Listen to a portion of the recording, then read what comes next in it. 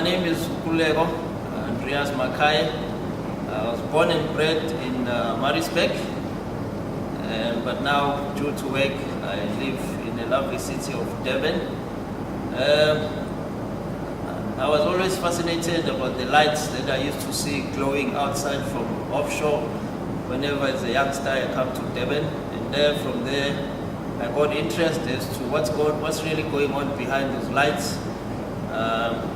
I searched a bit, and then I found out there was a wonderful career called Maritime Studies, and that's how I got hooked in. In the year 2000, I enrolled at Natal Technicon, which is now called DUT, and the rest is history. From then, I worked all the way up through the ranks until this day, where I'm a master on the dredger called Isandwane, and I've been involved in the industry for 18 years now, of which 11 of those years I'm working for an international company based in Singapore, where I gained all the experience which then enables me to be a master in this day currently. It gives me great pleasure to know that the international community has realized that there must be something done towards recognizing the role played by seamen globally. Hence, that's why they're celebrating this day called International Seafarers Day, because in my view, I think to some large extent seafarers are not recognized as they should be, and sometimes they are undermined. But if you look around really at your comfort of your home, you look around the commodities, the luxury that you have, at some point in time, a seafarer was involved there, because all those TVs, all those expensive watches, at some point they were shipped through the ship, and the seafarer is involved there. And so I think it's about time the whole world globally take some initiative and thank people like us, the seafarers, for bringing goods into their lives. And what I've enjoyed as a seafarer all my life is I'm glad that 18 years ago I decided to choose a career in maritime, and I don't think I'll be half a man I am today if it wasn't for that I chose the career to be a seafarer. I mean, being a seafarer takes a person of special caliber. It's mentally challenging, physically challenging, but it teaches you to be responsible. You have to be very well disciplined, and there's a lot of responsibility that comes with being a seafarer. So that alone, to me, that's satisfactory enough. And of course, for offshore people, remuneration is quite good. You get paid in dollars. Pity for South Africans, though we get paid in rent, but still it's a decent wage to live on. So basically, yeah, that's what makes me happy as a seaman, and to know that I'm responsible for bringing goods to countries around the world, because I'm well traveled. I've seen the world due to my career, and that gives you as a person a different perspective on how you see things around and how you can compare your country to other countries. But when it comes to welfare, I would say things are getting better. Still, they can be improved, because I mean, if you look at a ship, it's a very confined environment, limited resources. You've got no connection to the outside world. But nowadays, there's convention like MLC, which are ensuring that seamen are living a better life on board. There's Wi-Fi now. There's better communication. There's internet access. You can call home whenever you want to. So yeah, things are improving, but I think there's still a challenge to us ourselves as the people involved in the industry. We're not marketing ourselves very well enough. The industry don't know much about seafarers. It's actually a silent industry. So I put in a challenge to us that we inform the world what we do, that we market ourselves, so there's more awareness about the job that we do. And considering that locally, I think there still need to be a lot of improvement improvement. For example, I know there is, but it's not very much marketed, the Seamen's Local Awards.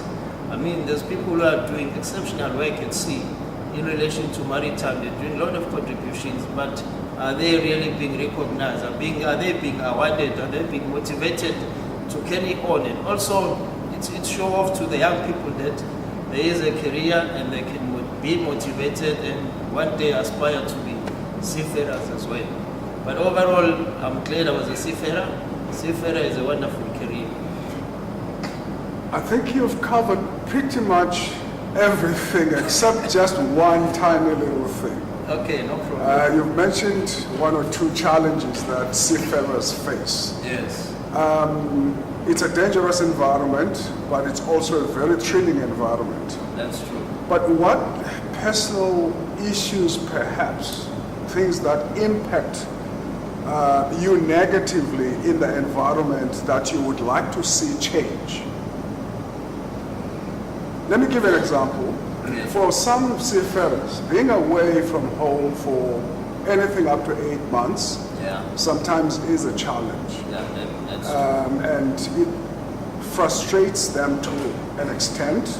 Yes. But then again, I guess that's the life of a seafarer. But if you were to improve something like that, how would you do it? I think 8 months or more is a bit too much for seafarers. So I'll drastically reduce the period they spend on board the ship. For example, there's already establishments of 3 on board and 3 off at home. Even then, I still think it's a bit much. So maybe reduce it to 2 months at home, maybe 1 month, 2 months at sea, and maybe another 2 months at home. And also, you know, where you put money, there'll always be interest. So I think they're generally paid well, but still the remuneration can be improved, because at the end of the day, the whole world is working towards one goal, which is money. So if you increase that, I think the morale of the people will also improve as well. But having said that, the sacrifice that you make in your social life, because you are isolated, so as much as possible, give people whatever social things that they can get. Let it be available to them at any time and at no cost, so that they can be in touch with their families. Nowadays, there's something called video conferencing. You can call, you can see your family live. And whenever there's an opportunity for improvement, just change it. And generally, the accommodation on board the ships must be improved. If there's room for improvement, make it much bigger accommodation, more recreational facilities, the gym. Like nowadays, the gym is just for statistical purposes, that the gym is there. But when you look at it, there's 24 people to be cramped in one room. So make the gyms bigger, where there's possible, maybe a swimming pool. But yeah, generally improve the welfare of the people on board. No, I'm raising this question because, for example, in South Africa, we are beginning to develop the bunkering service. Bunkering, yes. Now you've got vessels that anchor there for anything up to 3 weeks. The sailors, the seafarers are not allowed to leave. They must stay there. But there is no entertainment of any kind outside of the vessel within the vicinity, because the laws do not allow them to actually leave, because they are not bringing goods to South Africa. They are simply here to get fuel and whatever other supplies and go. But in the 3 weeks that those seafarers, the maximum 3 to 4 weeks that they spend at sea, at the port, surely it must affect them in their heads. Yeah, that's another problem. Actually, you're right, but to me, why not? Why they can't go ashore? I mean, they are already there. The issue is money, so the owner must pay money. These people are bringing so much revenue to the company, so reward them as well by providing them shore leave. I know there's after the September 11, there's ISPS and all these regulations, but really they should not affect us negatively. Those regulations are for our protection. So if there's a chance for shore leave, I definitely believe that they should be. So it's a pity that there are some people still going through that. They are offshore for 3 weeks and there's no arrangement for them to go and see other countries. Because part of the, when we were young, we were told, come to sea, you'll see the world. So they are there to see the world, give them that opportunity. So really, those rules really, they must change. Why depriving the people the rights to go ashore and explore your country? But as seafarers, one last question. As seafarers, do you have an organization through which you articulate your concerns and your ideas about how the seafarer world can be improved? Do you have an organization of that nature, a professional organization of that nature?